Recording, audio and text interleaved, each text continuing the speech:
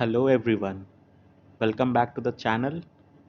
देखिए अभी just BPSC prelims ख़त्म हुआ है और अब हमारे काफ़ी साथी लोग जो हैं वो यूपी पीसीएस प्रीलिम्स की तरफ शिफ्ट करेंगे। ठीक है, तो यूपी पीसीएस प्रीलिम्स में ना सबसे ज़्यादा इम्पॉर्टेंट होता है आपका पीवाईक्यूज़। तो यहाँ पे हम लोग 2024 के पीवाईक्यू में आप लोगों को जल्दी से करवाऊँगा।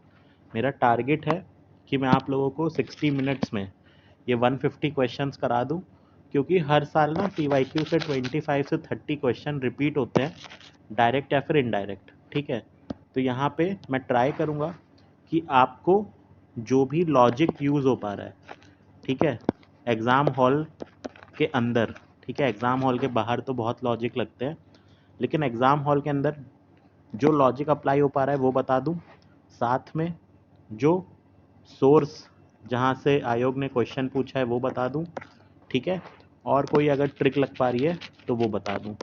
तो ये 3 हमारे ऑब्जेक्टिव हैं। चलिए स्टार्ट करते हैं इस वीडियो को बिना किसी देरी के। पहला हमारा क्वेश्चन देख लेते हैं।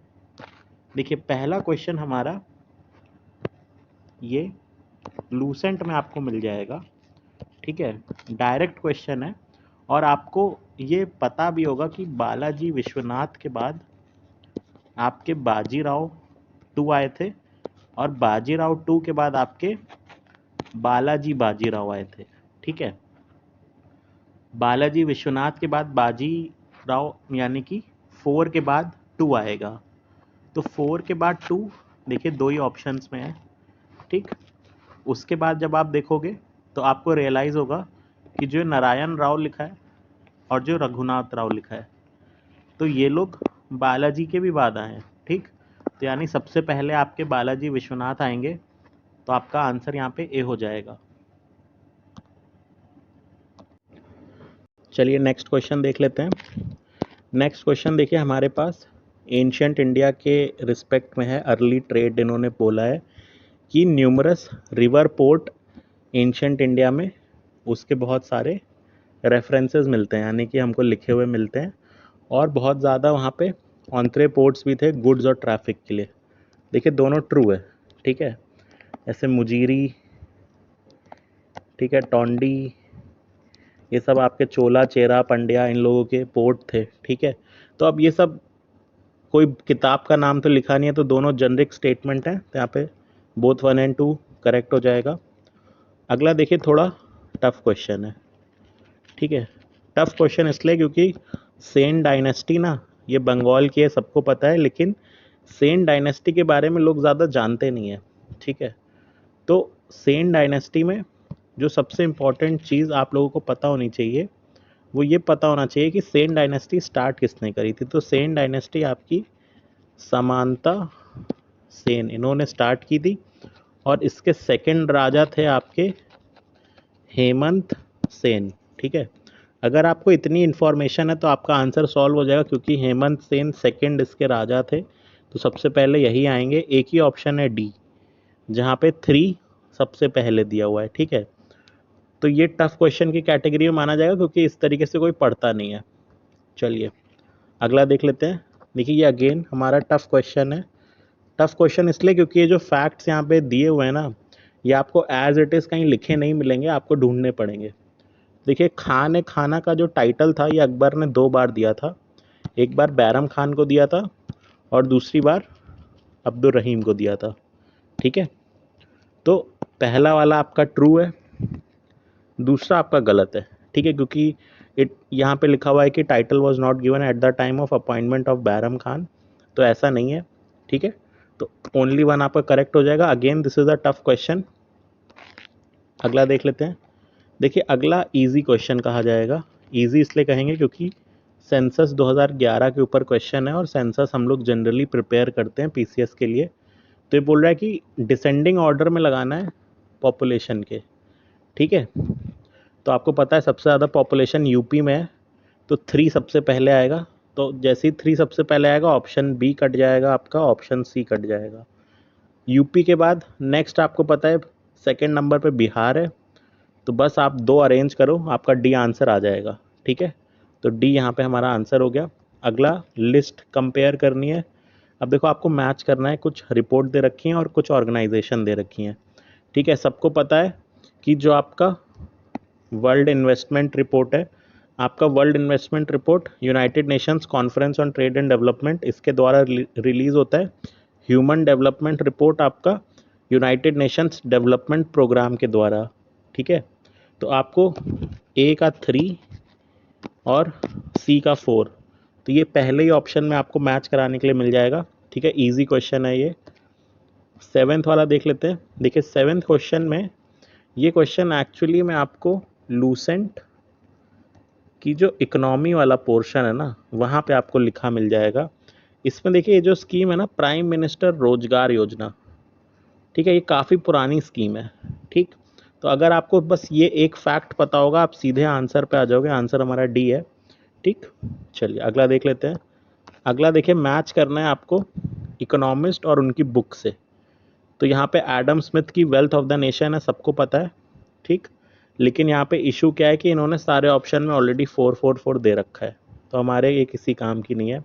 इसके बाद जो सेकंड चीज़ कुछ लोगों को पता हो सकती है, अगर उन्होंने घटना चक्र से PYQ सॉल्व किए हैं, तो जो मेडाल की किताब है ना, मेडाल की किताब है आपकी economic theory and underdeveloped regions, ठीक है। इन्होंने अंडर डेवलप्ड रीजन्स के ऊपर काम किया था। तो ए का 1, तो जैसे आप ए का 1 जान जाओगे ना, आपके लिए ये क्वेश्चन ईजी हो जाएगा।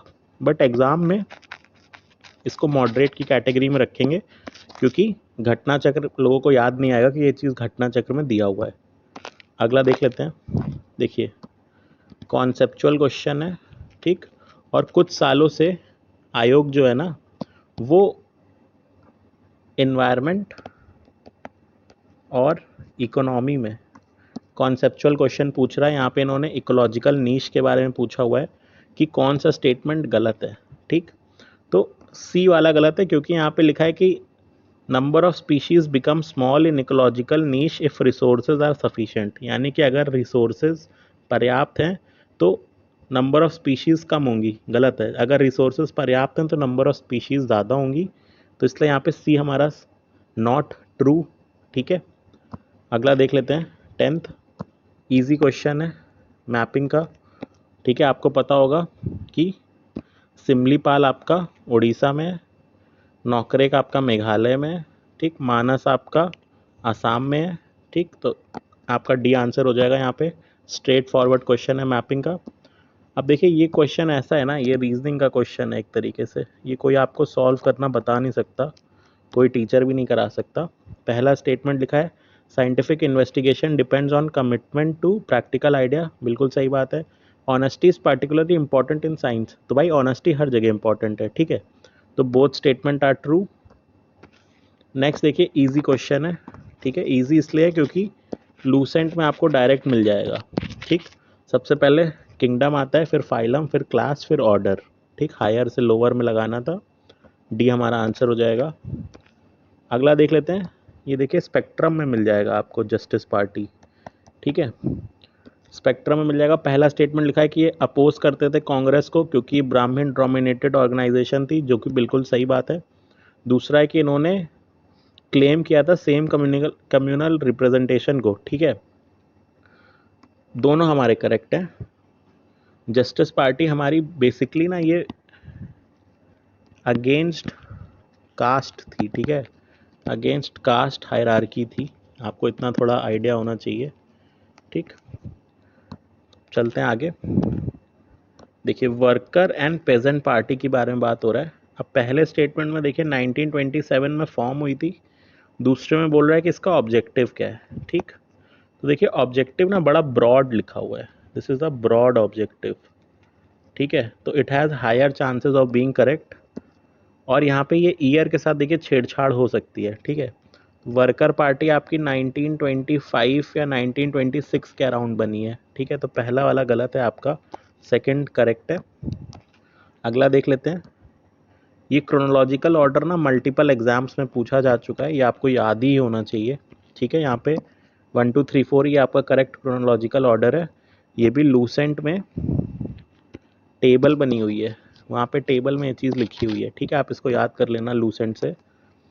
अब देखिए अगला, ये यहाँ पे फिर से क्रोनोलॉजी पूछ रहे हैं आपकी, और ये क्रोनोलॉजी बड़ी पास पास है, ठीक है। आपको यहाँ पे एक चीज़ समझ में आनी चाहिए कि जो रॉयल इंडियन नेवी, इसको रिन बोलते हैं ना, तो ये रिन म्यूटनी जो थी ना, रिन म्यूटनी लास्ट थी, इसके बाद ब्रिटिश समझ गए थे कि इंडिया से निकलना है, तो आपका वन एकदम एंड में आएगा, और वन एकदम एंड में सिर्फ एक ही ऑप्शन में है, ए, वही आपका आंसर हो जाएगा। ठीक है, 17 देख लेते हैं, एज ऑफ कंसेंट एक्ट 1891। ठीक है, आप लोग कमेंट करके बताना कि 1891 में उस टाइम पे हमारा वाइसरॉय कौन था। ठीक है, ये आप लोग बताना। तो देखिए, पहला स्टेटमेंट है कि बी मालाबरी जो थे, ये पारसी रिफॉर्मर थे बॉम्बे से, जिन्होंने इसके लिए एडवोकेट किया, बिल्कुल सही बात, ट्रू। दूसरा लिखा है कि ये सपोर्ट किया गया था बाल गंगाधर तिलक के द्वारा। ठीक है, तो तिलक ने सपोर्ट नहीं किया था, क्योंकि तिलक का मानना था कि अंग्रेज़ जो हैं वो इंडियन कल्चर में इंटरफेयर कर रहे हैं, तो उनके हिसाब से अंग्रेज़ों को इंटरफेयर नहीं करना चाहिए, इसलिए तिलक ने इसको सपोर्ट नहीं किया था। ये आपका स्पेक्ट्रम में लिखा हुआ आपको दिख जाएगा। ठीक है, तो आंसर यहाँ पे सी ओनली वन हो जाएगा। अगला देख लेते हैं। अगला है कि Shivaji had to face opposition from the big Deshmukh. ठीक है, बिल्कुल सही बात है, ट्रू। और ये देशमुख फेवर में नहीं थे इंडिपेंडेंट मराठा स्टेट के, और इनको बीजापुर का फ्यूडल लॉर्ड रहना था, तो ये भी एकदम ट्रू है। ठीक है, ऐसे क्वेश्चन में आप क्या किया करो कि असर्शन के बाद बिकॉज लगा के दूसरा स्टेटमेंट पढ़ा करो, अगर आपको सही लगता है तो वो सही एक्सप्लेन करेगा, अगर पढ़ने में अटपटा लगता है तो समझ जाइए कि गलत एक्सप्लेन कर रहा है, मतलब सही से नहीं कर पा रहा। ठीक, अब देखिए फिर से, ये आपका क्वेश्चन देखिए एनवायरनमेंट का है, कोरल ब्लीचिंग के ऊपर। फिर से देखिए, एनवायरनमेंट के क्वेश्चन में फिर से कॉन्सेप्ट पूछ लिया है कोरल ब्लीचिंग का। ठीक है, कोरल ब्लीचिंग कब होती है? जब हमारा टेम्परेचर जो है ना वो राइज करता है। एक ही ऑप्शन है यहाँ पे टेम्परेचर बढ़ने की बात हो रही है। ठीक है, इंक्रीज की बात हो रही है, यही आंसर हो जाएगा। अगला देख लेते हैं। देखिए, पहला बोल रहा है कि डेफिनेशन ऑफ धम्मा जो थी ये अशोका को मिली थी राहुलवाद सुत्ता से। ठीक, दूसरा बोल रहे हैं कि 14th ईयर में अशोका ने धम्म महामत्रास को अपॉइंट किया था, तो दूसरा तो एकदम सही है। पहले वाले में आप देखो डायरेक्टली तो नहीं बता पाओगे, लेकिन इनडायरेक्टली गैस कर सकते हो, क्योंकि जो अशोका का जो धम्मा था ना वो बुद्धिज़्म से इंस्पायर्ड था, और ये जो किताब का नाम लिखा है ना राहुलवाद सुत्ता, तो ये आप समझ सकते हो कि ये कोई बुद्धिस्ट बुक है। ठीक, तो आप यहाँ से ऐसा डिड्यूस कर सकते हो कि हाँ शायद इसमें दिया होगा। ठीक है, तो आपके यहाँ पे आंसर दोनों स्टेटमेंट करेक्ट हैं। 21 देख लेते हैं। देखिए, डायरेक्ट लूसेंट, ठीक है, रट्टा मारना है आपको, नॉट करेक्ट पूछा है, तो देखिए 155 ये रिमूवल की जगह ना ये अपॉइंटमेंट होता है, अपॉइंटमेंट ऑफ गवर्नर। ठीक है, 22 देख लेते हैं। कॉन्स्टिट्यूशन ऑफ इंडिया के बारे में पहला है कि president shall not be a member of either house of the parliament, बिल्कुल सही बात है। दूसरा है कि president shell the parliament shell consist of the president and both the houses, ये भी सही बात है। ठीक है, डायरेक्ट लक्ष्मीकांत में दोनों स्टेटमेंट आपको मिल जाएंगे। ठीक, सी आपका आंसर है, सॉरी ए आपका आंसर है, बोथ 1 and 2, ईजी क्वेश्चन है। अगला देख लेते हैं कि अमेंडमेंट ऑफ द कॉन्स्टिट्यूशन है ना, इसको कौन इनिशिएट कर सकता है? देखिए, प्रेसिडेंट और स्टेट यहाँ से अमेंडमेंट नहीं आ सकते हैं, बाकी लोकसभा राज्यसभा दोनों से अमेंडमेंट आ सकते हैं। बेसिक क्वेश्चन है, लूसेंट में भी मिल जाएगा, लक्ष्मीकांत में भी मिल जाएगा। ठीक है, आंसर आपका बी हो जाएगा। इसके बाद देखिए 24th है, इलेक्शन कमिश्नर ऑफ इंडिया के बारे में पूछ रहा है। पहला बोलता है कि जो कंडक्ट ऑफ जो इलेक्शन कमीशन होती है ना, ये स्पीकर, डिप्टी स्पीकर और डिप्टी चेयरमैन के इलेक्शन कराती है। ठीक है, ये नहीं कराती है। जो हाउस होते हैं लोकसभा राज्यसभा वो खुद ही इलेक्शन कर लेते हैं। दूसरा बोल रहा है कि म्यूनिसिपल कॉरपोरेशन और म्यूनिसिपैलिटी के तो नहीं कराती है, ये स्टेट इलेक्शन कमीशन कराता है। तीसरा है कि ये सारे डाउट और डिस्प्यूट के ऊपर डिसाइड करते हैं, तो ये सुप्रीम कोर्ट करता है। ठीक है, तो तीनों गलत हैं, none of the above answer हो जाएगा। अगला देख लेते हैं। बोल रहे हैं कि कौन सी कमेटी जो है वो गलत मैच कर दी है। ठीक, तो जो संथानम कमेटी है ना, ये आपकी सीबीआई या फिर सीवीसी इससे रिलेटेड है। ठीक है, पंचायती राज फाइनेंसेस से रिलेटेड नहीं है, यही आपकी गलत है, सी आपका आंसर हो जाएगा। अब देखिए, ये अगेन जो क्वेश्चन पूछा है ये पीवाईक्यू है। ठीक है, पीवाईक्यू है, ये आपको घटना चक्र में मिल जाएगा। बायोटिक सक्सेशन का करेक्ट सीक्वेंस पूछा है, तो सबसे पहले आपका माइग्रेशन होता है, फिर उसके बाद एक्सिस होता है, फिर रिएक्शन होता है, फिर स्टेबलाइजेशन होता है, ठीक है। तो ये आपका आंसर होता है। अब रीजन असर्शन में देखिए, कॉन्सेप्ट पूछ रहे हैं रिलेटिव ह्यूमिडिटी का, ठीक है। रिलेटिव ह्यूमिडिटी का कॉन्सेप्ट आपको एनसीईआरटी, ठीक है, क्लास 11th की है, वहाँ पे मिल जाएगा। थोड़ा बहुत बेसिक आपको लूसेंट में भी मिल जाएगा, ठीक है। तो पहला बोल रहे हैं असर्शन में कि relative humidity decreases with increasing air pressure, बिल्कुल सही बात है। दूसरा बोल रहे हैं कि absolute humidity increases with increasing evaporation, ये भी सही बात है। लेकिन अगर आप यहाँ पे बिकॉज लगा के रीड करोगे ना, तो एक जगह रिलेटिव की बात हो रही है, एक जगह एब्सोल्यूट की बात हो रही है, कोई रिलेशन नहीं है। इसीलिए यहाँ पे both are correct, but R is not the correct explanation of A. ये आपका आंसर हो जाएगा। 28 देख लेते हैं। देखिए यहाँ पे ये टफ क्वेश्चन है, ठीक है, टफ क्वेश्चन है। ये बोल रहे हैं कि क्या करेक्टली मैच्ड है, ठीक। और हैलोक्लाइन वगैरह से लोग यूजुअली सी वाटर रिलेट कर सकते हैं, थर्मोक्लाइन से टेम्परेचर रिलेट कर सकते हैं, ठीक है। तो ये टफ क्वेश्चन था। आंसर इसका पाइक्नोक्लाइन है, ये सी वाटर डेंसिटी, ठीक है, बताता है। अगला देखिए आपका लिस्ट 1 और लिस्ट 2 को मैच करना है। तो यहाँ पे सारी चीज़ नहीं पता होंगी, लेकिन आपको 2 चीज़ें पता होंगी। देखिए, पहला तो आपको पुस्ता पता होगा, ठीक। दूसरा आपको क्रायोफाइट पता होगा, ठीक है। तो पुस्ताज आपको पता होना चाहिए, हंगरी में है, ठीक। ये PYQ है आपका, ये PYQ है पुस्ताज, ठीक। तो डी का 1 होगा, डी का 1 होगा तो आपका सी हट जाएगा, आपका डी हट जाएगा, ठीक। फिर देखिए क्रायोफाइट आपका ना ये बर्फ़ से रिलेटेड कुछ होगा, तो ये आर्कटिक टुंड्रा, ठीक। तो बी का 4 होगा। तो बी का 4 एक ही जगह पे दिया हुआ है, बी आपका आंसर हो जाएगा। बाकी आपको मैच करने की ज़रूरत भी नहीं है, ठीक है।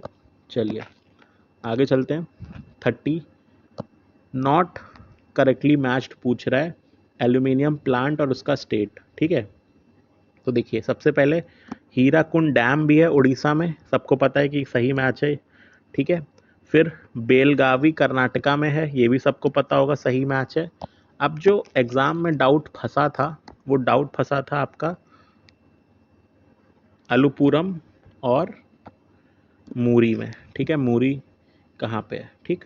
तो इसका जो सही आंसर है, सही आंसर है आपका, मतलब जो करेक्टली मैच नहीं है वो है मूरी, ठीक है। क्योंकि मूरी आपका छत्तीसगढ़ में नहीं है, मूरी ये आपका झारखंड में है, ठीक है। और ज़्यादातर आप देखना ये झारखंड, छत्तीसगढ़, उड़ीसा, ये तीनों को चेंज करता रहता है, ठीक। तो सी आपका आंसर हो जाएगा, ठीक। अगला देख लेते हैं। बोल रहे हैं कि कौन सा national park not correctly matched है। तो देखिए जो पिन वैली है ना, पिन वैली आपका हिमाचल प्रदेश में है, ठीक है। तो ये आपका गलत है। अगला रीज़न असर्शन देख लेते हैं कि हिमालय आर स्टिल राइजिंग, बिल्कुल सही बात है, इसलिए राइज कर रहे हैं because Indian tectonic plate is colliding with the Eurasian plate, ये भी सही है। और बिकॉज लगा के जब आप रीड करोगे ना तो आपको सही लगेगा, लॉजिकली सही लगेगा। तो दोनों करेक्ट हैं और उसको करेक्टली एक्सप्लेन कर रहा है, ठीक है। 33 देख लेते हैं। अब देखिए यहाँ पे कोल रिसोर्सेज और उसके स्टेट की बात हो रही है। तो आपको ये पता होगा कि जो उमरिया है आपकी, उमरिया मध्य प्रदेश में है, और जो इब रिवर है, इब रिवर आपकी उड़ीसा में है, ठीक। तो अगर आपको बस डी का 1 पता है और आपको पता है बी का 3, ठीक, तो आप सीधे डायरेक्टली आंसर पे आ जाओगे, ठीक। ये आपका आंसर हो गया। बाकी उमरिया वगैरह ना PYQ में पूछा हुआ है, आप घटना चक्र पूरी कर लेना। अब देखिए क्वेश्चन 34, ठीक है। तो यहाँ पे कैनाल्स है और रिवर्स है, ठीक। तो यहाँ पे आपको एक चीज़ पता होगी कि इंदिरा गांधी कैनाल जो है ना, ये आपका सतलज, रावी, ब्यास, इन तीनों रिवर्स पे है, ठीक। तो डी का 3 जैसे ही आप मैच करोगे, आप डायरेक्टली आंसर पे आ जाओगे। आंसर आपका सी है, बाकी आपको चेक करने का ज़रूरत भी नहीं है। चलिए आगे देख लेते हैं। अब देखिए ये क्वेश्चन नॉट करेक्ट पूछ रहा है, ठीक है, क्रॉप पेक्यूलियरिटी के बारे में। अब देखिए पहला बोल रहा है कि जहाँ पे राइस 3 बार ग्रो करता है, तो ये वेस्ट बंगाल है, ये हमारा डायरेक्टली NCERT में लिखा हुआ है, ठीक है। फिर state with largest area under rice production, Uttar Pradesh, बिल्कुल सही बात है।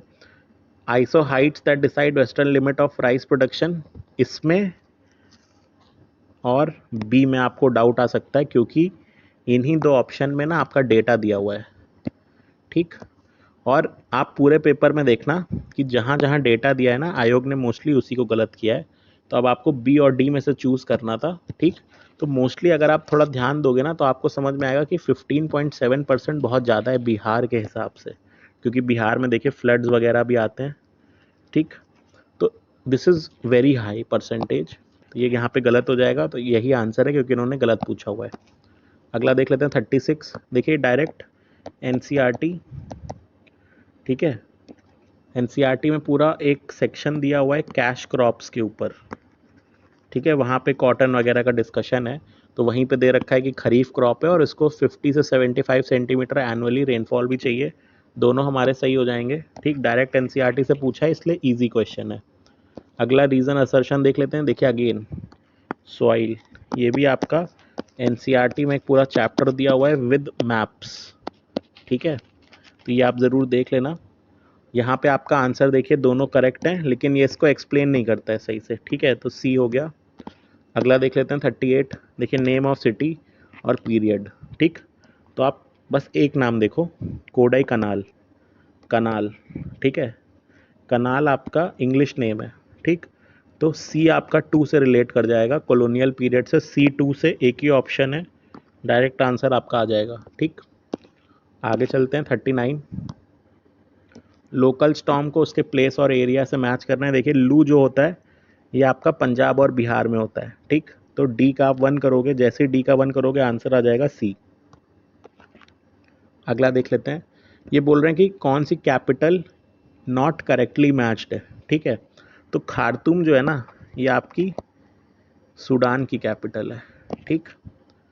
तो ये गलत है, यहाँ पे यही आंसर हो जाएगा, ठीक। अगला देख लेते हैं। अब ये अपर गैंगेटिक एग्रो क्लाइमेटिक रीजन के ऊपर क्वेश्चन है, ठीक। अब ये आपको समझ में आएगा कि ये सेंट्रल और वेस्टर्न उत्तर प्रदेश को ऑक्यूपाई करता है, बिल्कुल सही बात है।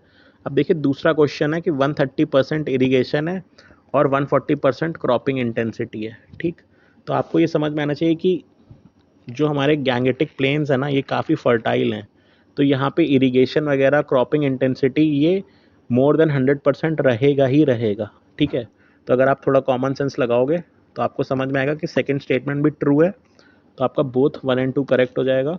अगला देख लेते हैं पासेस। देखिए ये बहुत टफ क्वेश्चन है, बहुत टफ क्वेश्चन है, क्योंकि इस तरीके से पासेस कोई याद नहीं करता है, ठीक है, कि कितनी हाइट है। इस तरीके से याद करना बड़ा मुश्किल है, ठीक है, कोई याद नहीं करता इस तरीके से। तो यहाँ पे आंसर ए है, ये आप देख लो एक बार, ये पासेस पढ़ लेना, ठीक है। चलिए आगे देख लेते हैं। देखिए जूट, ये भी एनसीईआरटी में कैश क्रॉप में मेंशन्ड है, ठीक। जूट इंडिजीनियस प्लांट है, बिल्कुल सही बात है। और ये खरीफ क्रॉप है, ये भी सही बात है, लेकिन ये इसको कोई किसी भी सेंस से ना एक्सप्लेन नहीं करता, ठीक है। तो आंसर हमारा दोनों ट्रू, लेकिन R is not the correct explanation. अगला देख लेते हैं। देखिए एस्से और ट्रीटी, इसकी बात हुई है यहाँ पे। देखिए मोस्टली PYQs अगर आपने अच्छे से करे हैं, ठीक है, घटना चक्र से किए हैं या कहीं से भी किए हैं, तो आपको एक चीज़ बस पता होगी, वो ये पता होगी कि जो माधव चार है ना, इन्होंने ये लिखा है पराशर माधव, और आप वैसे भी गेस करते हो कि दोनों में माधव माधव लिखा हुआ है, तो सी का 2 होना चाहिए। सी का 2 करोगे आप ऑलरेडी 50-50 में आ गए, ठीक। उसके बाद जो बल्लाल सेन है, ठीक है, अभी हमने ऊपर देखा था सेन डायनेस्टी, ठीक। सेन डायनेस्टी के ऊपर उन्होंने क्वेश्चन पूछा था। तो जो बल्लाल सेन है ना, इन्होंने आपका लिखा है दान सागर, ठीक। तो जैसे ही आप ये चेक करोगे ना आपको डी आंसर मिल जाएगा। अगला देख लेते हैं। अगला देखिए रीज़न असर्शन है। पहला बोल रहे हैं कि टर्किश इन्वेजन इंडिया में सक्सेसफुल हुआ था, बिल्कुल सक्सेसफुल हुआ था, क्योंकि जितने भी हमारे ये मुगल्स थे ना ये सब टर्किश ओरिजिन के थे, राइट। उसके बाद सफल इसलिए हो गया था क्योंकि पॉलिटिकल यूनिटी नहीं थी। यहाँ पे आप बिकॉज लगा के रीड करो तो आपको एक्सप्लेनेशन सही लगेगा, ठीक है। तो हमारा ए आंसर हो जाएगा, वही आंसर है। आगे देख लेते हैं। आप देखिए करंट अफेयर का क्वेश्चन है, ठीक। करंट अफेयर के क्वेश्चन ज़्यादा डिस्कस करने का सेंस नहीं बनता है क्योंकि ये उस टाइम का करंट अफेयर था, ठीक। तो यहाँ पे आंसर सी दिया हुआ है। अब देख लेते हैं अगला। तो ये बोल रहे हैं कि जो IPCC है इसने GHG रिमिट जो है एमिशन को कम करने के लिए किन चीज़ों पे फोकस किया है। पहला है कि ग्रेजुअल और लिमिटेड रिडक्शन इनफ है। दूसरा है कि डीप रैपिड और सस्टेन रिडक्शन एसेंशियल है। तो देखिए इनफ कुछ नहीं होता है, नथिंग इज इनफ, ठीक है। इनफ कितना इनफ है, क्वांटिफाई करना मुश्किल है ना कि हाउ मच इज इनफ। तो पहला आपका गलत हो जाएगा, दूसरा आपका सही हो जाएगा, ओनली 2 आपका आंसर है, ठीक। अब देखिए अगला क्वेश्चन, अगेन आप अगर नोटिस करो तो एग्रीकल्चर का क्वेश्चन है और ये भी कॉन्सेप्चुअल क्वेश्चन है, जो सीरियल ईल्ड पूछ रहे हैं कि सीरियल ईल्ड क्या होती है। तो देखिए ईल्ड ना किसी की भी, हमेशा याद रखिएगा, पर यूनिट एरिया में मेजर होती है, ठीक है। ऑप्शन में सिर्फ ए ऑप्शन ऐसा है जहाँ पे पर यूनिट एरिया की बात हो रही है, ठीक। तो ये आपका क्रॉप ईल्ड हो गया। अगला देख लेते हैं, ये देखिए करंट अफेयर का क्वेश्चन, इसको कोचिंग वालों ने बोला, लेकिन ये करंट अफेयर नहीं है, ये स्टैटिक नॉलेज है आपकी, जो आपने इतना टाइम से प्रिपेयर कर रहे हो ना, उसके बेसिस पे आपने जो कलेक्ट की है। अब देखिए यहाँ पे बोल रहे हैं कि trend of unemployment rate India का बताना है 2019 से 2022 के बीच में। पहला बोल रहे हैं कि अनएम्प्लॉयमेंट सेम था, गलत बात है। इट डिक्लाइंड, बिल्कुल सही बात है। और वैसे भी देखिए ये गवर्नमेंट फेवरिंग यही ऑप्शन है कि इट डिक्लाइंड, ये सही है, और इट रिमेन द सेम ये गलत है, ठीक। अब देखिए global multi dimensional poverty index report कौन पब्लिश करता है। तो ये सबको पता है कि ऑक्सफोर्ड और यूएनडीपी दोनों मिलके करते हैं, ठीक। अगला देखिए क्वेश्चन है स्टैटिक, पीवाईक्यू और घटना चक्र, ठीक। तो कॉन्सेप्ट सस्टेनेबल डेवलपमेंट का ये आपकी ब्रंटलैंड रिपोर्ट में बोला गया है, बिल्कुल सही बात है। और ब्रंटलैंड रिपोर्ट का टाइटल था द लिमिट्स टू ग्रोथ, तो ये गलत है, ठीक है। इसका टाइटल था आवर कॉमन फ्यूचर, ठीक है। तो आपका ए ट्रू है, आर गलत है। आगे देख लेते हैं। अब देखिए टफ क्वेश्चन है ये, अगेन टफ क्वेश्चन है एग्ज़ाम में, लेकिन मैं आपको एक तरीका बताता हूँ जिससे आप इसको सॉल्व कर सकते थे, ठीक है। तो चलिए देख लेते हैं, उससे उस तरीके से सॉल्व हो सकता है कि नहीं हो सकता है, पहले तो ये देख लेते हैं। देखिए तरीका क्या है कि मान लीजिए आपको 4 ऑप्शन दे रखे हैं, 1 2 3 4, 1 3 4 2, 1 2 4 3, और एक चौथा ऑप्शन दे रखा है आपको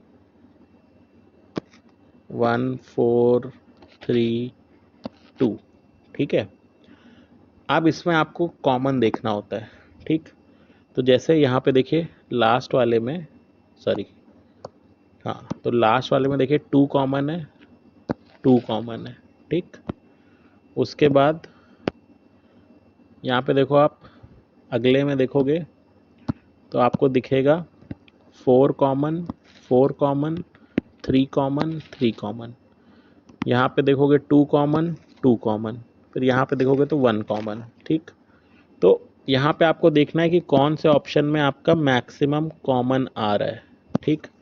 मैक्सिमम कॉमन जिसमें आएगा, मोस्ट ऑफ द टाइम्स उस ऑप्शन के आंसर होने की प्रोबेबिलिटी ज़्यादा होती है, ठीक है। वो ऑप्शन आंसर होगा ऐसा ज़रूरी नहीं है, बट उसकी प्रोबेबिलिटी ज़्यादा होगी। तो यहाँ पे देख लेते हैं, चलिए एक बार ट्राई करके देखिए। दोनों में 4 दिया हुआ है, ठीक। उसके बाद यहाँ पे देखिए 2 दिया हुआ है, यहाँ पे भी 2 दिया हुआ है। उसके बाद देखिए और कोई कॉमन है क्या, नहीं, और कुछ भी कॉमन नहीं है। तो यहाँ पे हमारा मेथड फेल हो गया, ठीक, मेथड फेल। और ये वैसे भी टफ क्वेश्चन है, तो यहाँ पे आपको काफ़ी मुश्किल होगी। एक थोड़ी सी अगर आप याद रखना चाहो तो आप ये याद रख सकते हो कि वर्ल्ड नो टोबैको डे 31 मई को होता है, ठीक है। और ये बाकी सारे दिन भी मई के ही लिखे हुए थे, तो सबसे एंड में यही होता है 3। तो एक ही ऑप्शन है जहाँ पे ये एंड में है, जो कि है बी ऑप्शन हमारा, ठीक। बाकी आगे हम देखते हैं और कहीं मेरी टेक्निक लगती है तो। अब देखिए ये क्वेश्चन है, अब यहाँ पे पहले टेक्निक लगा के देखते हैं। देखिए 4 4 4 कॉमन है, ठीक। 2 2 कॉमन है, ठीक। 1 1, यहाँ पे भी 1 ये कॉमन है। फिर देखिए 3 3 कॉमन है। तो इसमें जो सेकंड ऑप्शन है ना, यहाँ पे आप देखोगे तो यहाँ पे सब कॉमन आ रहा है आपका, ठीक। तो यहाँ पे यही एक्चुअली में आंसर भी है। ठीक है, वैसे तो ये करंट अफेयर का क्वेश्चन है, बट आप इस तरीके से भी सॉल्व कर सकते हो। ठीक, तो दीपा कर्माकर हमारे जिमनास्ट हैं। ठीक, गोपी गोपी हमारे पहले स्पेस टूरिस्ट थे। ठीक, तो जैसे ही आप ये 2 मैच करा लोगे ना, आप सही आंसर पे आ जाओगे, जो कि है बी। यहाँ पे हमारी टेक्निक काम कर रही है। चलिए रीज़न असर्शन देख लेते हैं। तो ये बोल रहा है कि सिंगापुर जो है ना, वो लार्जेस्ट सोर्स ऑफ एफडीआई है इंडिया में, जो कि बिल्कुल सही बात है, क्योंकि इंडिया मॉरिशस की टैक्स ट्रीटी हुई थी, जिससे मेजर शिफ्ट हो गया है एफडीआई में। ठीक, तो ये दोनों करेक्ट हैं, सी आंसर हो गया। अगला देख लेते हैं। अब देखिए R21 मैट्रिक्स, ठीक है, ये क्या है? तो ये मलेरिया की दवा है, और ये न्यूज़ में 2023 से चल रही है। ठीक, तो ये काफ़ी मतलब करंट अफेयर नहीं बोला जाएगा, ये कंटेम्प्रेरी अफेयर बोलेंगे, क्योंकि ये काफ़ी टाइम से न्यूज़ में था। ठीक है, तो ए आपका आंसर हो जाएगा। अगला देख लेते हैं। देखिए ये करंट अफेयर क्वेश्चन है, इसका आंसर है अनसुईया सेन गुप्ता।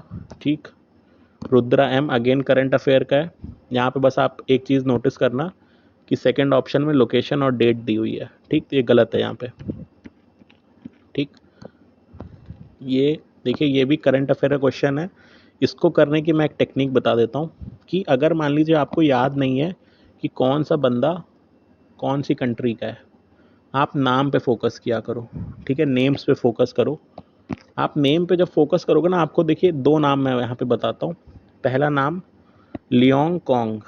ठीक है, लियोंग कॉन्ग आपको थोड़ा सा चाइनीज़, ठीक है, जापानीज़, इस टाइप का नाम लग रहा होगा। ठीक, और यहाँ पे देखिए एक ही ऑप्शन है Vietnam, which is the closest.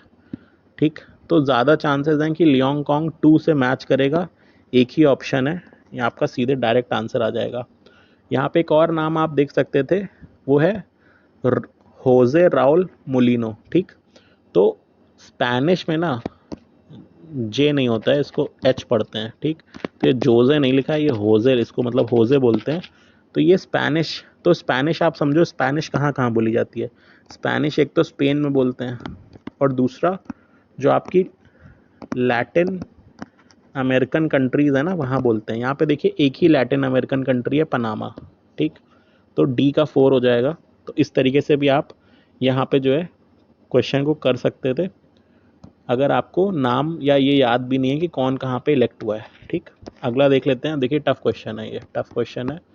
Deccan trap के बारे में पूछ रहे हैं कि कौन सा करेक्टली मैच नहीं है।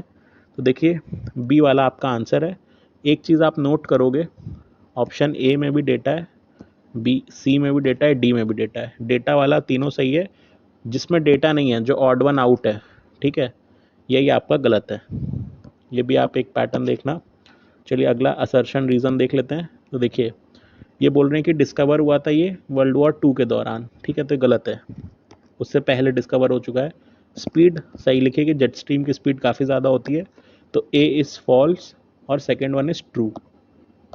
अब फ्रेंड्स हम लोग थोड़ा जल्दी जल्दी देखेंगे, क्योंकि हमें 60 मिनट्स में कंप्लीट करना है।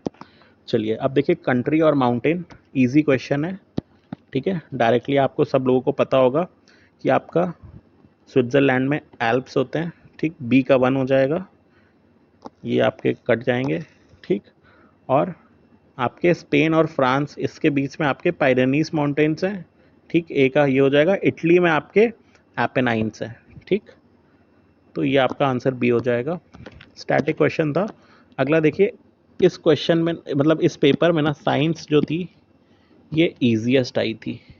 ठीक, साइंस के क्वेश्चन जल्दी से देखते हैं। पहला बोल रहे हैं कि जो लैंड पे रहते हैं एनिमल, उनको क्या बोलते हैं? उनको टेरेस्ट्रियल हैबिटेंट्स बोलते हैं। दूसरा बोल रहे हैं कि जो जॉइंट नेक और हेड को जोड़ता है उसको पिवटल जॉइंट बोलते हैं।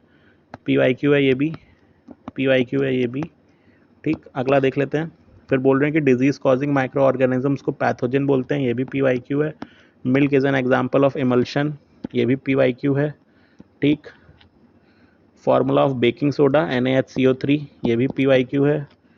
CPR स्टैंड्स फॉर कार्डियोपल्मोनरी रेसिस्टेशन, ठीक है, ये भी पीवाईक्यू है आपका।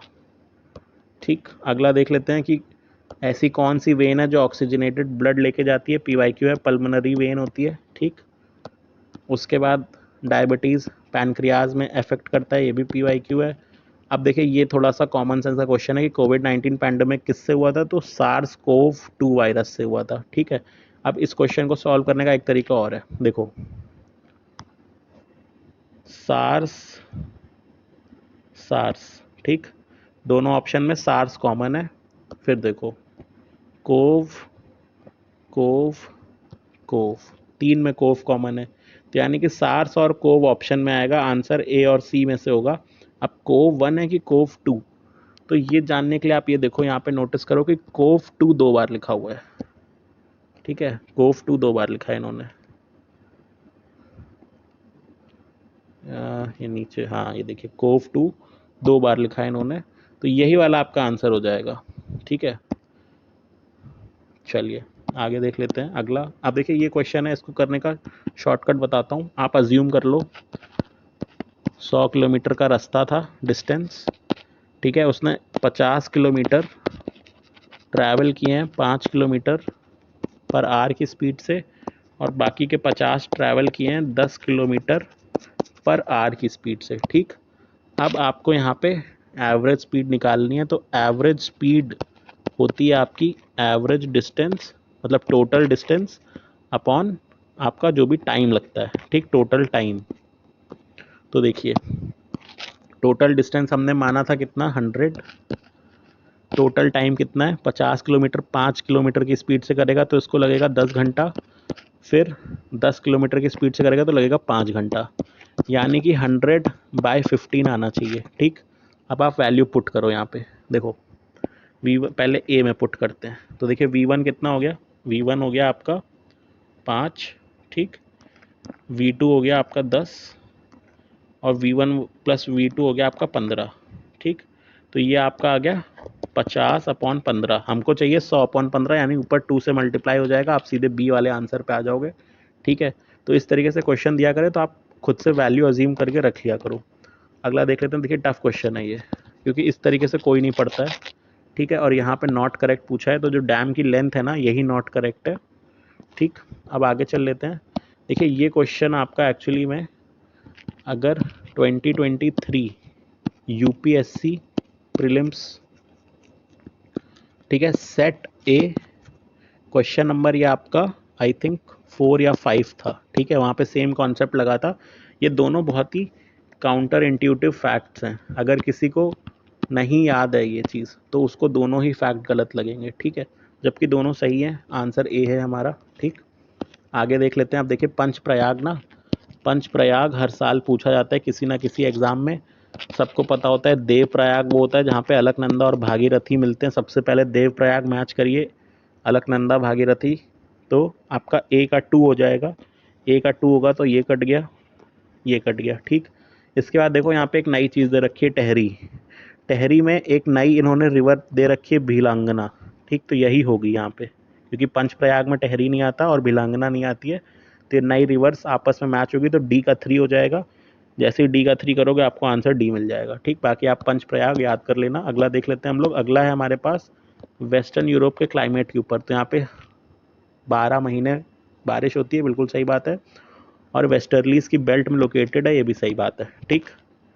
अब देखिए ये आपको वेस्ट टू ईस्ट अरेंज करने हैं, तो आपको ये समझ में आ रहा होगा कि काराकोरम इंडिया में है, फिर हिंदू कुश आपका अफगानिस्तान के साइड है, ठीक, फिर जैग्रोस है आपका ईरान के साइड, फिर पॉन्टिक है, ठीक। तो आपका हो जाएगा आंसर 2431, ठीक। आगे देख लेते हैं। अब ये बोल रहे हैं कि नॉट करेक्ट रिवर का डायरेक्शन, ठीक। अब अगर आपको हल्का सा भी देखिए, अगर आपको हल्का सा भी ना इंडिया का मैप याद है, ठीक, इंडिया का अगर आपको मैप याद है तो यहाँ पे देखिए म्यांमार है आपका, ठीक, और ये जो रिवर है आपकी, ये रिवर फ्लो करती है इस तरीके से, ठीक है। तो ये डायरेक्शन क्या हो गया, ये डायरेक्शन हो गया आपका, ये इधर जा रही है ना तो ये साउथ में जा रही है, फिर ये इधर जा रही है तो ये आपकी ईस्ट में जा रही है, यानी कि ये साउथ ईस्ट में जा रही है, ठीक है। तो ये आपका यहाँ पे यही एक गलत दे रखा है कि जो मेकोंग रिवर है ना इन्होंने दे रखा है साउथ वेस्ट, जबकि मेकोंग आपकी जाती है साउथ ईस्ट, ठीक है। तो ये गलत है, आपका डी आंसर हो जाएगा, ठीक। उसके बाद नॉट करेक्ट ऑयल फील्ड पूछा है, तो इन्होंने बोला कि जो कुवैत में काशगान इस नाम की ऑयल फील्ड है, जबकि गलत है, ये आपकी कजाकिस्तान में है, ठीक है। कजाकिस्तान में। ठीक, तो यहाँ पे आपका आंसर बी हो जाएगा। फिर देखिए अगला है मेडिटेरेनियन क्लाइमेट के ऊपर। इन्होंने पूछा है कि ये रिसीव होता है रेनफॉल विंटर सीजन में, बिल्कुल करेक्ट, एनसीईआरटी में दिया हुआ है। ठीक, और विंटर सोलिस्टिस के टाइम पे एयर प्रेशर बिल्ट शिफ्ट हो जाती हैं साउथ में, ये भी करेक्ट है, डी आपका आंसर हो जाएगा। ठीक है, अगला देख लेते हैं। देखिए करंट अफेयर का क्वेश्चन है, यहाँ पे फिर आप नोटिस करना कि इन्होंने लोकेशन दे रखी है और लोकेशन गलत है यहाँ पे भी। ठीक, ये भी देखिए करंट अफेयर का क्वेश्चन है, इसलिए इस पर ज़्यादा डिस्कस नहीं करेंगे, यहाँ पे दोनों करेक्ट है हमारे। ये देखिए फिर से हमारा करंट अफेयर का ही क्वेश्चन है। ठीक, लेकिन इसमें आप थोड़ा दिमाग लगा सकते हो अगर आपको करंट अफेयर नहीं भी पता है। देखिए इंडिया ने डिलीवर कर दी ब्रह्मोस फिलीपींस को, बिल्कुल सही बात है। अब इसकी रेंज दे रखी है 490 किलोमीटर। यूजुअली मिसाइल वगैरह की रेंज ना मल्टीपल्स ऑफ 50 में होती है, 300, 350, 400, 450, ऐसे 490 ये बहुत ऑड नंबर है। ठीक है, तो आप इसको काटोगे, ये 450 के आसपास है रेंज, जैसे इसको हटाओगे आपका आंसर आ जाएगा डी। अगला देख लेते हैं। ये देखिए करंट अफेयर का क्वेश्चन है, यहाँ पे देखिए दिन और जगह दे रखी है जो कि यहाँ पे सही है, लेकिन यहाँ पे जो कंट्री है ये गलत दे रखी है। ठीक, तो पहला ऐसा क्वेश्चन था जहाँ पे करंट अफेयर में लोकेशन सही दे रखी है, बाकी अभी तक गलत मिली है। चलिए अगला देख लेते हैं। अगला देखिए हमारा मेट्स सॉफ्टवेयर के ऊपर है। ठीक, तो ये करंट अफेयर का क्वेश्चन है, यहाँ पे दोनों सही हैं हमारे। अगला देख लेते हैं। अगला आपका आइकॉन्स के ऊपर है, यहाँ पे देखिए पहले में डेट दे रखी है, यहाँ पे गलत है, बाकी जनरल स्टेटमेंट है, ये सही है। ठीक है, तो अगेन डेट और लोकेशन गलत दे रखी है इन्होंने। फिर देखिए अब पेरोल लाओ पैसे पाओ, ये कैंपेन थी, ये भी करंट अफेयर का क्वेश्चन है। यहाँ पे देखिए इन्होंने लोकेशन दे रखी है उत्तराखंड, तो यहाँ पे सही मानी गई है। तो अभी तक 3 क्वेश्चंस में लोकेशन और डेट आपकी रॉन्ग है, 2 क्वेश्चन में लोकेशन और डेट आपकी सही है। ठीक, अभी आगे देखते हैं। देखिए नेपाल इंडिया के ऊपर क्वेश्चन है, न्यू दिल्ली लोकेशन दे रखी है, गलत है। ठीक, बाकी दूसरा सही है, आंसर ओनली 2 है। ठीक, फिर देखिए लूपेक्स के बारे में क्वेश्चन है, लूपेक्स काफ़ी न्यूज़ में है 2023 से। ठीक, और यहाँ पे देखिए सेकंड स्टेटमेंट में इन्होंने चेंज कर दिया है, जाक्सा जो है ना, जाक्सा आपका बनाएगा रोवर और इसरो आपका बनाएगा लैंडर। ठीक, इन्होंने ऑपोजिट कर दिया है, तो इसलिए आपका ओनली 1 करेक्ट है। अगला देख लेते हैं। अगला देखिए इन्होंने जीईसीपी के ऊपर पूछा हुआ है, तो जीईसीपी में आप देखोगे तो यहाँ पे डेट दे रखी है। ठीक है, तो यहाँ पे डेट सही है, तो अब तक हमें 4 में गलत मिला है, 3 में सही मिला है। ठीक, आप काउंट करते चलना। अब देखिए अगला फ्लाई 91 पूछा है, डेट लोकेशन दे रखी है, सही है, तो यानी कि 4 में सही हो गई है, 4 में गलत हो गई है। ठीक, अभी तक। ठीक, आगे चलते हैं। अब देखिए गवर्नमेंट स्कीम और उसकी डेट से मैच करना है, तो यहाँ पे आपको एक चीज़ पता होना चाहिए कि गवर्नमेंट ने सबसे पहले जब ये नई सरकार बनी थी ना, तो इन्होंने आते ही सबसे पहले कौन सी स्कीम लॉन्च करी थी, इन्होंने सबसे पहले आते ही स्वच्छ भारत मिशन, ठीक है, ये लॉन्च किया था 2014 में। आप जैसे ही सी का 2 मार्क करोगे ना, आपको एक ही ऑप्शन दिखेगा बी। ठीक, अगला देख लेते हैं। आप देखिए एचडीआई के इंडिकेटर पूछ रहे हैं, तो एचडीआई में 3 चीज़ होती है, इनकम, एजुकेशन, लाइफ एक्सपेक्टेंसी। सी आपका आंसर हो जाएगा। अगला है क्वेश्चन, देखिए अगेन क्रोनोलॉजी में पूछ रहे हैं गवर्नमेंट के इनको स्कीम्स को, तो स्वच्छ भारत मिशन सबसे पहला है। ठीक, तो 1 सबसे पहले एक ही ऑप्शन में है, सी आपका आंसर हो जाएगा। ठीक, और इन्होंने देखिए ऑप्शन भी ऐसे दिए हैं ना कि आप अगर एक भी पकड़ लोगे तो आप सीधे आंसर पे पहुंच जाओगे। ठीक है, इन्होंने ऑप्शन ऐसे दिए हैं। अगला देखिए स्टैटिक पीवाईक्यू है, ये माल्थस ने बोला है कि आपकी जो पॉपुलेशन है ना वो ज्योमेट्रिकली ग्रो करती है और एग्रीकल्चर प्रोडक्शन आपका अरिथमेटिकली ग्रो करता है। ठीक है, अरिथमेटिक प्रोग्रेशन में। अब देखिए इकोनॉमिक सर्वे के ऊपर क्वेश्चन है। ठीक, तो एक करंट अफेयर में ही माना जाएगा, इसका आंसर ओनली 3 है। फिर देखिए अगेन सोशल सिक्योरिटी प्रोग्राम और उसमें कंट्रीब्यूशन कितना है, इसके ऊपर क्वेश्चन है। आपको इतना पता होना चाहिए कि अटल पेंशन योजना ना ये वॉलेंटरी है और इसमें आप अपने मन के हिसाब से अपना कंट्रीब्यूशन कर सकते हो, तो डी का 1 है, डी का 1 एक ही ऑप्शन में एक्चुअली में, तो ये आपका आंसर हो जाएगा ए। अगला देख लेते हैं। देखिए रीज़न असर्शन है, बोल रहे हैं कि डेवलपमेंट को डिफाइन किया गया है, बिल्कुल सही बात है। दूसरा बोल रहे हैं कि जीडीपी सफिशिएंट मेजर नहीं है, ये भी सही बात है। लेकिन ये इसको एक्सप्लेन कर रहा है, इन्होंने बोला है, बट इसमें कुछ रिप्रेजेंटेशन लगा था, लोगों ने रिप्रेजेंटेशन डाला था, ये फर्स्ट की है, तो हो सकता हो कि बाद में आयोग ने इसका आंसर चेंज कर दिया हो, लेकिन आयोग के हिसाब से इसका आंसर ए था कि वो एक्स को एक्सप्लेन भी कर रहा है। अब देखिए गोल 4 की बात हो रही है एसडीजी के, एसडीजी का गोल 4 क्वालिटी एजुकेशन के ऊपर है, ठीक है। और यहाँ पे आप देखोगे ना तो दो ही ऑप्शन में एजुकेशन की बात हो रही है, पहले ऑप्शन में एजुकेशन की बात हो रही है, दूसरे में एजुकेशन की बात हो रही है, बाकी कुछ रैंडम बातें हो रही हैं दो ऑप्शंस में, तो आपका आंसर ए हो जाएगा, ठीक। अगला देखते हैं। अब देखिए इजी क्वेश्चन है, आर्टिकल 19 में क्या गारंटीड नहीं है, तो freedom to own, acquire and dispose property ये नहीं है, ये आपका 300 में चला गया है, ठीक है।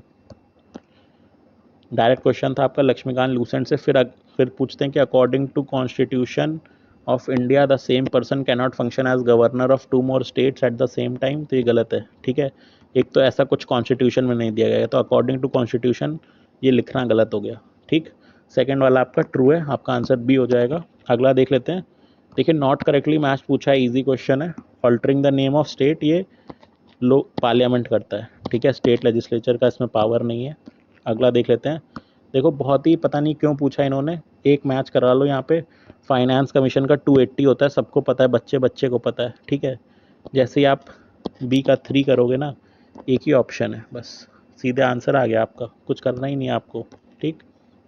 अगला इन्होंने फिर से पूछा है कि राइट अगेंस्ट एक्सप्लॉयटेशन में क्या क्या आता है, तो राइट अगेंस्ट एक्सप्लॉयटेशन क्या क्या होता है आपका 23 और 24, ठीक। तो यहाँ पे आपका ये आता है ह्यूमन ट्रैफिकिंग और एम्प्लॉयमेंट ऑफ चिल्ड्रन, ठीक। अगला देख लेते हैं। अब देखिए कंप्यूटर क्वेश्चन है, ओनली इनपुट, तो देखिए माउस से भी आप क्लिक करते हो इनपुट होता है, कीबोर्ड में बटन दबाते हो इनपुट होता है, और स्कैनर वगैरह में ना आप इमेज या कुछ डॉक्यूमेंट को पीडीएफ में कन्वर्ट करते हो, तो ये भी इनपुट होता है, ठीक।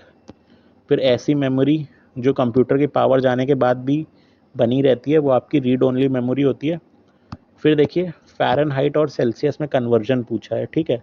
अब यहाँ पे ना आपको अगर याद नहीं है तो आप क्या कर सकते हो, सेल्सियस की वैल्यू 0 डाल दो, ठीक। तो आपको पता होगा कि 0 डिग्री पे आपका फ़ारेनहाइट 32 होता है, ठीक। तो यहाँ पे आप 0 डालोगे गलत आएगा, गलत आएगा, गलत आएगा, सिर्फ यहाँ पे सही आएगा, ठीक। ये आपका आंसर हो गया। फिर देखिए बोल रहे हैं कि स्टेटमेंट नॉट करेक्ट, तो जो सेकंड स्टेटमेंट है ये नॉट करेक्ट है, क्योंकि बोल रहे हैं कि nucleus does not play a role in cellular reproduction, ठीक। जबकि सेलुलर रिप्रोडक्शन में ना न्यूक्लियस भी डिवाइड होता है, ठीक है। तो does not play a role extreme हो गया, तो बी आपका आंसर हो गया यहाँ पे, ठीक। चलिए आगे देख लेते हैं। अब आगे देखिए रीज़न असर्शन है अगेन आपका इन्वायरमेंट से रिलेटेड। बोल रहे हैं कि CO2 SO2 NO2 गैसेस जो हैं ये रेन वाटर में डिजॉल्व होकर एसिड रेन बनाती हैं, सही बात है, ट्रू है, PYQ भी है ये आपका। फिर बोल रहा है कि एटमॉस्फेयर एयर जो है ना ये पल्यूट हो जाती है क्योंकि इसमें यही गैस बहुत ज़्यादा होती है, बिल्कुल सही बात है कि पल्यूट तभी होगी ना जब ये गैस ज़्यादा होंगी, तो दोनों सही है और दोनों एक्सप्लेन करते हैं। अब देखिए करंट अफेयर क्वेश्चन है, ठीक।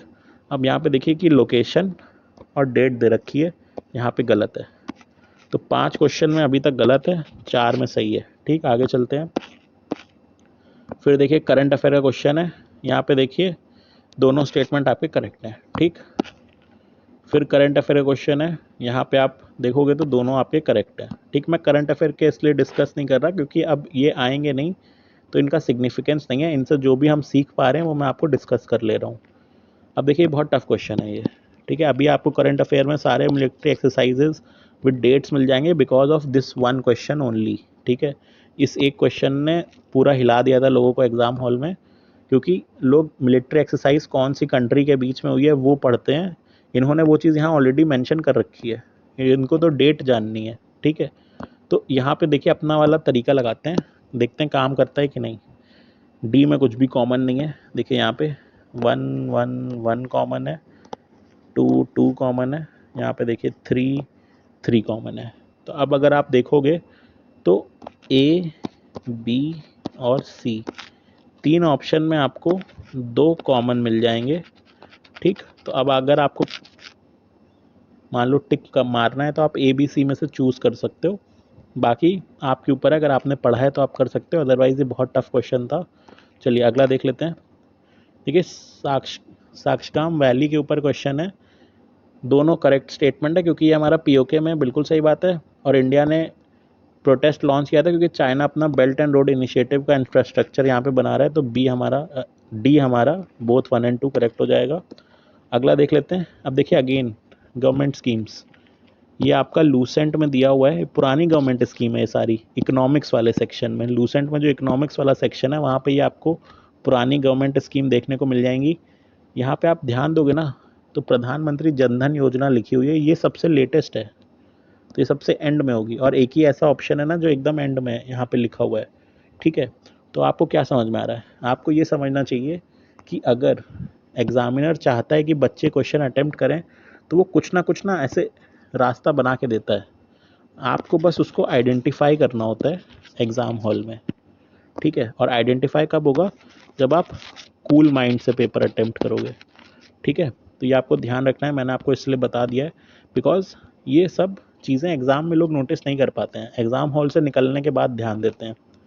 अगला देखिए क्वेश्चन है इकोनॉमिक ग्रोथ के ऊपर। पहला है कि India is an under developed economy, बिल्कुल सही बात है। दूसरा है कि India is a mixed economy, ये भी सही बात है। JM keys father of economics नहीं है, एडम स्मिथ है। ठीक है, तो थर्ड आपका गलत हो गया, तो आपका ए आंसर हो जाएगा। अगला देख लेते हैं। तो देखिए रीज़न असर्शन है, कॉन्सेप्ट पूछा हुआ है। ठीक है, तो मैंने आपको बोला था कि इन्वायरमेंट और इकोनॉमी में कॉन्सेप्ट पूछ रहा है आयोग, तो आपको कॉन्सेप्ट पर ज़्यादा फोकस करना है। देखिए यहाँ पे आपका पहला वाला ट्रू है और दूसरा गलत है, क्योंकि जो डिमांड और सप्लाई होता है ये सेंट्रल बैंक नहीं डिटरमाइन करता है, ये मार्केट फोर्सेस डिटरमाइन करते हैं। ठीक है, चलिए अगला देख लेते हैं। अगला है कि भाई आपको बताना है कि फाइनेंशियल इंक्लूजन इंडिया में होगा तो उसके लिए क्या क्या इवेंट कंसिडर किए जाएंगे। तीनों देखिए पॉजिटिव इवेंट है, तीनों का पॉजिटिव इम्पैक्ट है फाइनेंशियल इंक्लूजन पे, तो ए बी हमारा आंसर है 1 2 3। ठीक, नेशनल फूड सिक्योरिटी एक्ट के ऊपर क्वेश्चन है, ये आपका PYQ है सीधे। यहाँ पे देखिए फिर से डेट दी हुई है, डेट गलत है यहाँ पे, जैसे ही डेट गलत करोगे आप सीधे आंसर पे आ जाओगे, डी आपका आंसर है। ये एक्चुअली में 2013 में इम्प्लीमेंट हुआ था। ठीक है, चलिए अगला देख लेते हैं। अब अगला देखिए यहाँ पे HDI और SDG के बीच में पॉजिटिव रिलेशन है, बिल्कुल सही बात है, क्योंकि SDG के अंडरलाइन जो भी डायमेंशंस हैं वो एजुकेशन और हेल्थ से रिलेटेड हैं, ये भी बिल्कुल सही है, दोनों करेक्ट हो जाएंगे। अब देखिए ये क्वेश्चन क्या है, क्वेश्चन आप समझिए। ये एग्ज़ाम हुआ था हमारा दिसंबर 2024 में। क्वेश्चन पूछ रहा है, ये डेटा पूछ रहा है 2022 का। ठीक, अब इसने क्यों पूछा, आप अगर थोड़ा दिमाग लगाओ तो इसने इसलिए पूछा ना कि यहाँ पे इंडिया था और इंडिया ने कुछ बहुत तबाही काम किया है, कुछ बहुत खतरनाक काम किया है, तभी पूछा है। तो इंडिया की रैंक या तो फर्स्ट होगी या सेकंड होगी, इंडिया की रैंक थर्ड और फोर्थ कभी नहीं होगी, नहीं तो क्वेश्चन नहीं पूछता। ठीक, तो सी का 1 या 2 होना चाहिए, तो सी का 1 या 2 होना चाहिए, तो आप ये हटा दो। ठीक, फिर इसने दूसरा देखिए रेमिटेंसेस पूछा है ना, तो रेमिटेंसेस में आपको ये एक जनरल आइडिया होना चाहिए कि इंडिया के बाद यूजुअली मैक्सिको रहता है, क्योंकि बहुत ज़्यादा मैक्सिकन्स अमेरिका में काम करते हैं। ठीक है, तो मैक्सिको में भी आपका 1 या 2 होना चाहिए। ठीक है, मैक्सिको फर्स्ट या सेकंड होना चाहिए, थर्ड और फोर्थ नहीं हो सकता, यानी ए का 3 और 4th नहीं हो सकता। तो देखिए एक ही ऐसा ऑप्शन है बी जो आपका कंडीशन सेटिस्फाई कर रहा है, तो बी हमारा आंसर हो जाएगा। तो आप इस तरीके से अगर आपको डेटा नहीं पता है ना तो भी आप आंसर पे पहुंच सकते हो। अगला देख लेते हैं। अब देखिए फिर से 2019 से 2023 का डेटा चाहिए, एग्ज़ाम हो रहा है दिसंबर 2024 में, समझ रहे हो आप क्या चल रहा है। ठीक, तो यहाँ पे फिर अब उत्तर प्रदेश है, तब सेम लॉजिक लगाओ कि उत्तर प्रदेश पूछा है तो या तो फर्स्ट होगा या सेकंड होगा, इसीलिए पूछा है, तो बी का 1 या 2 होगा, तो 3 तो नहीं होगा, हटा दो। और फिर आपको ये समझ में आना चाहिए कि रोड वगैरह या जो भी इंफ्रास्ट्रक्चर बन रहा है वो यूपी का सबसे ज़्यादा महाराष्ट्र में होता है, तो महाराष्ट्र भी या तो फर्स्ट होगा या सेकंड होगा, तो ए का 1 या 2 होगा, तो ये आप हटा दो। ठीक, तो आपके 2 ऑप्शन हट गए, आप 2 में बच गए। अब आपको महाराष्ट्र को फर्स्ट रखना है कि यूपी को रखना है, तो यहाँ पे आप थोड़ा सा दिमाग लगा सकते हो कि पेपर यूपी का हो रहा है तो यूपी फर्स्ट पे रहा होगा, तभी इन्होंने पूछा है। आप यूपी को फर्स्ट कर दोगे तो बी आपका आंसर आ जाएगा। ये बस मैं आपको तरीका बता रहा हूँ हाउ टू डिड्यूस आंसर्स, ठीक है, इन एग्ज़ाम हॉल। ठीक है, क्योंकि एग्ज़ाम हॉल में ना ये सब लोग डेटा याद करने का ट्राई करते हैं, ये किसी को याद नहीं होगा कि 2019 से 2023 में एक्सपेंडिचर क्या था। ठीक है, तो इस तरीके से आप थोड़ा दिमाग लगा के सॉल्व कर सकते हो। अगला देख लेते हैं, आर्टिकल 352 डायरेक्ट क्वेश्चन है, दोनों करेक्ट हैं लेकिन नॉट मतलब एक्सप्लेन नहीं करता है। 123 ई गवर्नेंस के ऊपर क्वेश्चन है कि भाई क्या क्या सही है। तो देखिए पहले में ई गवर्नेंस रिड्यूस कर रहा है ट्रांसपेरेंसी को, नेगेटिव चीज़ है, पहला गलत हो जाएगा। दूसरे में ई गवर्नेंस रिड्यूस कर रहा है कॉस्ट ऑफ गवर्नमेंट को, पॉजिटिव चीज़ है, सही हो जाएगा दूसरा, ठीक। तीसरे में इंक्रीज कर रहा है सिटीजन इनपुट को, पॉजिटिव चीज़ है, ये भी सही हो जाएगा। चौथे में इंक्रीज कर रहा है ब्यूरोक्रेटिक रेड टेपिज्म को, ये नेगेटिव चीज़ है, चौथा गलत हो जाएगा। तो आपका आंसर आ गया बी, ठीक है। अगला देख लेते हैं कि बोल रहा है कि यूपीएससी डिराइव करता है अपने फंक्शन कहाँ से। तो यूपीएससी देखिए डिराइव सब जगह से करता है, आंसर डी हो गया। अगला है देखिए आपका बोल रहा है करेक्टली मैच्ड क्या है, तो आपका एनसीबीसी 340 है क्योंकि इलेक्शन कमीशन आपका 324 है। शेड्यूल कास्ट ये आपका आई थिंक 338 है। फाइनेंस कमीशन आपका 280 है, ठीक है। तो ये आप देख लेना, ठीक।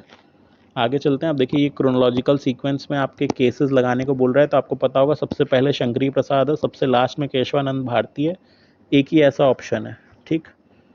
सी आपका यहाँ पे सही हो जाएगा। अब देखिए अमेंडमेंट ये पता नहीं क्यों पूछा है, क्योंकि जिस ऑर्डर में अमेंडमेंट है उसी ऑर्डर में तो ईयर होगा ना। 96 सबसे लेटेस्ट है तो सबसे लेटेस्ट ईयर में ही होगा, ठीक है। तो ये पता नहीं क्यों पूछा था, बट इसका डी का 2 एक ही में है, आंसर डी हो जाएगा, ठीक। आगे चलते हैं। देखिए ये आपका लक्ष्मीकांत में लिखा हुआ है, ठीक है। यहाँ पे क्वासी फेडरलिज्म केसी वियरने ने बोला हुआ है, जैसे ही आप एक मैच करोगे आंसर आ जाएगा। देखिए एग्जामिनर चाहता है कि बस आपको एक पता हो और आप आंसर पे पहुंच जाओ, ठीक है। तो इसलिए ऐसे क्वेश्चन को देख के घबराना नहीं है। आगे चलते हैं। अब आगे देखिए अगला क्वेश्चन है कि पंचायती राज में ना कौन सा लेवल नहीं है। तो देखिए न्याय पंचायत कुछ नहीं होता पंचायती राज में, डी आपका गलत हो जाएगा। फिर अब बोल रहा है कि जो लोकपाल है, लोकपाल के अपॉइंटमेंट में सिलेक्शन कमेटी होती है, उसमें कौन कौन रहता है। तो देखिए सिलेक्शन कमेटी में ना राज्यसभा चेयरमैन का कोई काम नहीं है, 2 को आप हटाओगे आपको आंसर मिल जाएगा डी, ठीक। अब देखिए कांग्रेस सोशलिस्ट पार्टी के ऊपर पूछा हुआ है, तो कांग्रेस सोशलिस्ट पार्टी का ये देखिए ईयर गलत है, यहाँ पे भी गलत है। तो हमने 5, अब ये छठा क्वेश्चन है जहाँ पे डेट और ईयर और लोकेशन गलत है। और फिर नेहरू ने पार्टी ऐसे नहीं ज्वाइन करी थी, ठीक। तो दोनों आपके गलत है, नाइदर 1 नॉर 2 मतलब, ठीक। अब देखिए ये क्रोनोलॉजी में आपको अरेंज करना है, टफ क्वेश्चन है, टफ क्वेश्चन है, लेकिन देखते हैं यहाँ पे मेरा तरीका काम कर रहा है क्या। देखिए लास्ट में 4 कॉमन है, यहाँ पे देखिए 1 कॉमन है, फिर आप देखेंगे 1 3 2 4 में कुछ भी कॉमन नहीं है, फिर देखिए 2 2 2 कॉमन है, तो यानी सी में आपके 3 कॉमन है। तो सी के आंसर होने की प्रोबेबिलिटी सबसे ज़्यादा है, सी आपका करेक्ट है, यानी कि यहाँ पे हमारा मेथड वर्क कर रहा है, ठीक। आगे चलते हैं, 133 देख लेते हैं, ठीक। तो 133 में आप लोगों को पता ही होगा, ये काफ़ी फेमस क्वेश्चन है, PYQ भी है, क्रोनोलॉजी में लगाना है। तो देखिए सबसे एंड में आपका क्रिप्स मिशन हुआ होगा, ठीक है। और यहाँ पे मैं अपना तरीका भी लगा के देख लेता हूँ, चेक कर लेता हूँ काम कर रहा है कि नहीं। देखिए 2 2 2, फिर 4 4, फिर आप देखोगे तो 3 3, फिर 4 4, ठीक। तो यहाँ पे आपका देखो ऑप्शन बी और ऑप्शन सी दोनों में 3 कॉमन है, तो आपका आंसर या तो बी में होगा या सी में होगा, ठीक है। तो उसमें अगर आपको ये पता है कि रेजिग्नेशन सबसे पहले हुआ है, ठीक, तो आप आंसर पे आ जाओगे, आंसर आपका बी हो जाएगा। अगला देख लेते हैं। अगला देखिए बुक और राइटर की बात है, यहाँ पे एक किताब सब यूपीएससी वाले पढ़ते हैं, AL बाशम की the wonder that was India. तो 2 का बी का 2 है जो सब जगह है, तो कोई फ़ायदा ही नहीं हुआ इस नॉलेज का। दूसरी नॉलेज जो रहती है लोगों को, वो ये रहती है कि जो आपकी हिंदू पॉलिटी वाली किताब है ना, ये आपकी DD कौशाम्बी ने लिखी है, ठीक। तो जैसे आप ए का 1 पे आओगे ना, तो आपके 2 ऑप्शन तो हट जाएंगे, ठीक है। सॉरी, हाँ सॉरी माफ़ करिएगा, यहाँ पे हिंदू पॉलिटी वाली आपकी किताब ना ये KP जायसवाल की है, सॉरी। तो जैसे आप इस पे आओगे ना, तो आपके 2 ऑप्शन हट जाएंगे A के 1 वाले, ठीक। तो आपके पास बचेगा ऑप्शन A और आपके पास बचेगा ऑप्शन C, ठीक है। तो अब आप इसमें आपको चूज़ करना रहेगा, क्योंकि बाकी अब क्योंकि PYQ में आई नहीं थी, लेकिन अब आप पढ़ लेना, ठीक है। आंसर यहाँ पे C है। आगे चलते हैं। अगला देखिए रीज़न असर्शन का क्वेश्चन है, कि अर्ली नेशनलिस्ट ब्रिटिश रूल को जो है एक्ट ऑफ प्रोविडेंस समझते थे, जिससे मॉडर्नाइजेशन आता है, बिल्कुल सही बात है। और इन्होंने कंप्लेन किया था अन ब्रिटिश रूल के खिलाफ, ये भी सही बात है। ठीक है, तो हमारा आंसर सी हो जाएगा, क्योंकि उसको एक्सप्लेन करता है। देखिए इस क्वेश्चन में आपको लॉजिक बताता हूँ, जो एग्ज़ाम हॉल में लगाया, जो मैंने लगाया था। तो देखिए यहाँ पे क्या करना है आपको, इंडिया का मैप बनाते हैं। देखिए इंडिया का मैप, ठीक है, माफ़ करिएगा मेरी ड्राइंग इतनी अच्छी नहीं है, बट फिर भी आपको समझ में आ जाएगा जो मैं आपको समझाना चाह रहा हूँ। देखिए ये इंडिया का मैप है, ठीक। आप देखिए यहाँ पे लोकेशन देखिए क्या क्या दे रखी है। ढाका, ठीक है, ढाका आपका किधर है, ढाका आपका इधर है, ठीक। दूसरी लोकेशन है लाहौर, लाहौर किधर है, लाहौर आपका इधर है, ठीक। तीसरी लोकेशन है अलीगढ़, अलीगढ़ किधर है, अलीगढ़ इधर कहीं है, ठीक। चौथी लोकेशन है इलाहाबाद, इलाहाबाद कहाँ है, इलाहाबाद इधर है, ठीक। अब आप ध्यान से देखोगे ये तीन लोकेशन ना आसपास हैं, जोग्राफिकली क्लोज़र हैं, क्लोज़र। ये लाहौर वाली ना ये ऑड वन आउट है। तो अगर आप इस लॉजिक से अगर करते तो आप इसके सही आंसर पे पहुंच सकते थे ऑड वन आउट करके, ठीक है। तो नॉट करेक्ट पूछा है, तो ये लाहौर वाला ही नॉट करेक्ट है, ठीक। अगला देखते हैं।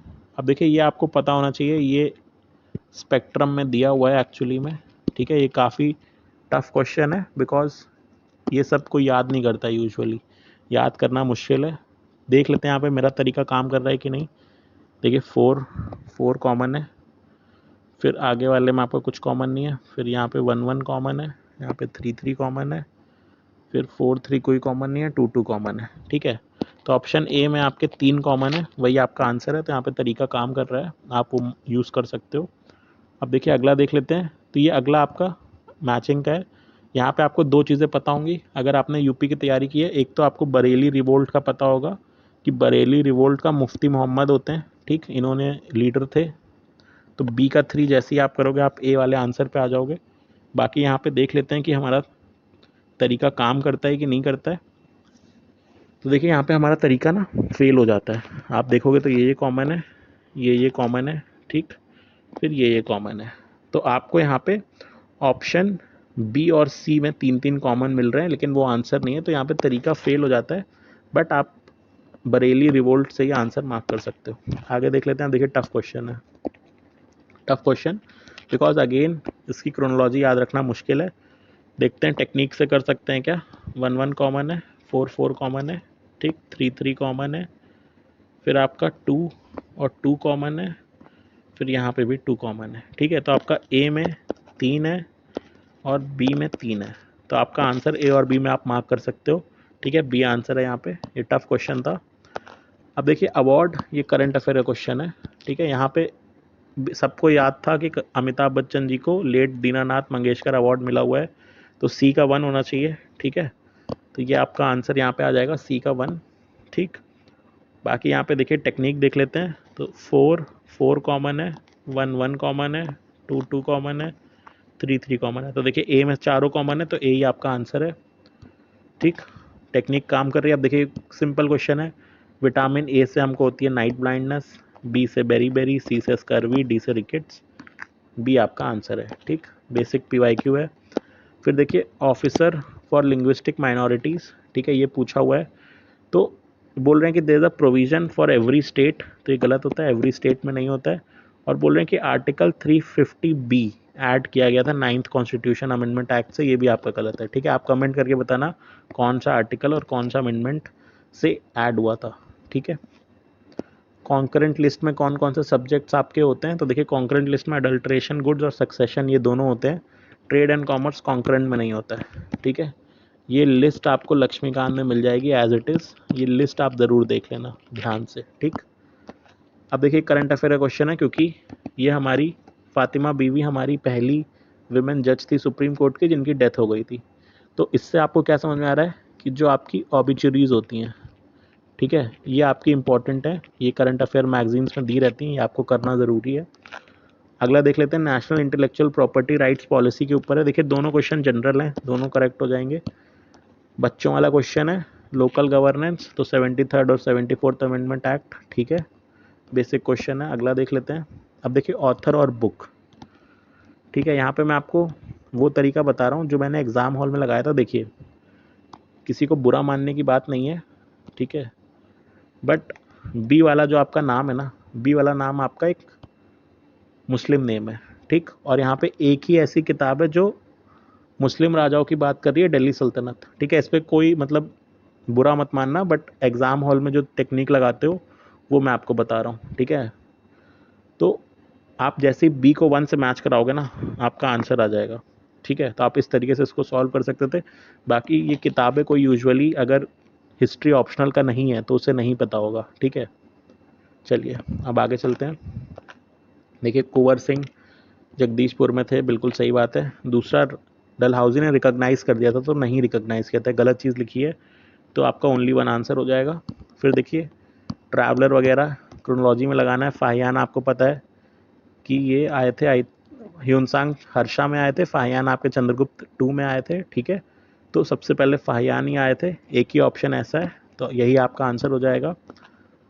लास्ट क्वेश्चन देख लेते हैं कि बलबन ने जो है अपने गवर्नमेंट को फर्म और सेंट्रलाइज किया था, बिल्कुल सही बात है। प्रोटेक्ट करना चाहता था मंगोल इन्वेशन से, बिल्कुल सही बात है, लेकिन उसने इस मंगोल से प्रोटेक्शन की वजह से जो है ना अपने उसको मतलब गवर्नमेंट को सेंट्रलाइज नहीं किया था, ठीक है।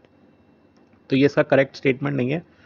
उसने इसलिए किया था क्योंकि उसे जो चालीसा है ना, उन लोग के हिसाब से वो काम करता था, ठीक है। तो उनकी पावर को उसे तोड़ना था, तो इसलिए आपका ये नॉट करेक्ट हो जाएगा। दोनों स्टेटमेंट करेक्ट है लेकिन करेक्टली एक्सप्लेन नहीं कर रहे हैं, ठीक है। तो सी हमारा आंसर हो जाएगा। तो फ्रेंड्स, यहाँ पे हम लोगों ने देख लिया है अराउंड हमारा, ठीक है, 1 घंटा 7 मिनट हुआ है, ठीक है। और मैंने आपको पूरे 150 क्वेश्चंस विद लॉजिक्स करवा दिए, ठीक है। अब रिसेंटली मैं ट्राई करूँगा कि जो रिसेंट में यूपी ट्रिपल एससी पेट का जो पेपर हुआ है वो करवा दूँ, और साथ में 2023 2022 के भी आपको इसी तरीके से एग्ज़ाम हॉल स्ट्रैटेजी के साथ करवा दूँ, ताकि एटलीस्ट आप लोगों को एक अप्रोच याद रहेगी, ठीक है। अगर आपको वीडियो पसंद आता है या कोई भी डाउट है तो आप कमेंट में लिख के ज़रूर बताएं। Thank you.